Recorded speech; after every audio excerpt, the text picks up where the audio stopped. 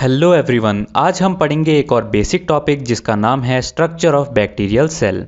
बहुत से बच्चे इस टॉपिक को समझने की कोशिश ही नहीं करते, बस याद कर लेते हैं कि बैक्टीरियल सेल में क्या क्या होता है। लेकिन मैं आपको आज बताऊंगा डिटेल्ड बैक्टीरियल सेल। सबसे पहले मैं एक बैक्टीरिया का स्ट्रक्चर बना लेता हूं और आप भी इसे ऐसे ही बना लीजिए, क्योंकि इस वीडियो के एंड तक आप बैक्टीरिया के बारे में सारी इन्फॉर्मेशन इजीली याद कर लेंगे। तो शुरुआत होती है सबसे आउटर मोस्ट पार्ट की, जिसे स्लाइम लेयर एंड कैप्सूल कहा जाता है। स्लाइम लेयर को चिपचिपी परत भी कह सकते हैं।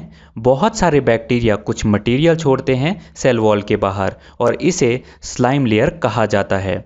ऐसे ही बैक्टीरिया सेल कैप्सूल भी बनाता है, लेकिन स्लाइम लेयर और सेल कैप्सूल में बस यही अंतर है कि स्लाइम लेयर आसानी से बैक्टीरिया से अलग हो जाता है, लेकिन सेल कैप्सूल बैक्टीरिया से जुड़ा रहता है।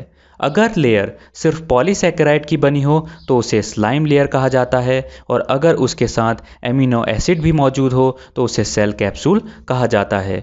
आगे बढ़ने से पहले पॉलीसैकेराइड और एमिनो एसिड को जान लेते हैं। पॉलीसैकेराइड बहुत सारे छोटे छोटे मोनोसैकेराइड से बना होता है, और मोनोसैकेराइड सिंपल शुगर से बनता है, जैसे कि ग्लूकोज से। बहुत सारे मोनोसैकेराइड ग्लाइकोसाइडिक बॉन्ड से जुड़ते हैं और पॉलीसैकेराइड बना लेते हैं।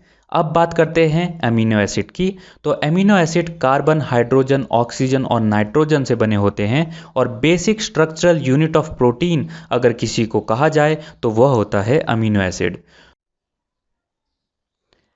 सेकंड पार्ट है सेल वॉल। बैक्टीरियल सेल को मजबूती तथा रक्षा प्रदान करता है आपका cell wall. Bacterial cell wall peptidoglycan से बना होता है, और पेप्टाइडोग्लाइकन भी पॉलीसैकेराइड और एमिनो एसिड से बनता है। बैक्टीरियल सेल की मजबूती का राज ही पेप्टाइडोग्लाइकन है।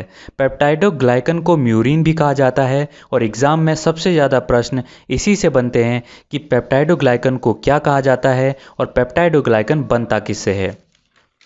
थर्ड है पेरिप्लाज्मिक स्पेस। अब बैक्टीरिया को भी मटेरियल या न्यूट्रिएंट्स को सेल के अंदर तथा वेस्ट प्रोडक्ट को बाहर फेंकना पड़ता है, लेकिन बैक्टीरिया और मुनेरियन बैक्टीरिया के पास एंडोप्लाज्मिक रेटिकुलम तो होता ही नहीं, तो मटेरियल ट्रांसपोर्टेशन बैक्टीरिया में पेरिप्लाज्मिक स्पेस करता है। फोर्थ है फ्लैजिला एंड पिलाई। फ्लैजिला लंबे रस्सी जैसे आकार के और फिलामेंटस अपेंडेजेस होते हैं। फ्लैजिला बैक्टीरियल सेल को गति देने का काम करते हैं। फ्लैजिला छोटे छोटे गोलाकार उप इकाइयों से बनते हैं, उसे फ्लैजिलम कहा जाता है। फ्लैजिलम रिजिड यानी कठोर और वेव शेप में होते हैं और प्रोटीन से बने होते हैं। वहीं पिलाई की बात करें तो पिलाई सिलेंड्रिकल या बेलन आकार के होते हैं और फ्लैजिला से छोटे तथा पतले होते हैं। पिलाई को फिम्ब्रे भी कहा जाता है, और यह प्रोटीन से बने होते हैं जिसे पिलिन्स कहा जाता है। पिलाई का मोटेलिटी से कोई लेना देना नहीं। इनके अलावा बैक्टीरिया के पास सेक्स पिलाई भी होते हैं, जो जेनेटिक मटेरियल के ट्रांसफ़र के लिए काम आते हैं। फिफ्थ है cytoplasmic membrane. Cytoplasmic membrane cell wall के अंदर पाया जाता है। साइटोप्लाज्मिक मेम्ब्रेन बाउंड्री होती है साइटोप्लाज्म की, और यहीं पर सारी एक्टिविटीज़ होती है सेल्स की। सिक्स्थ है साइटोप्लाज्म। एक बैक्टीरियल साइटोप्लाज्म में राइबोसोम और जेनेटिक मटेरियल होता है, लेकिन साइटोप्लाज्म के पास मेम्ब्रेन बाउंड ऑर्गेनेल्स नहीं होते, जैसे कि माइटोकॉन्ड्रिया, एंडोप्लाज्मिक रेटिकुलम और लाइसोसोम्स।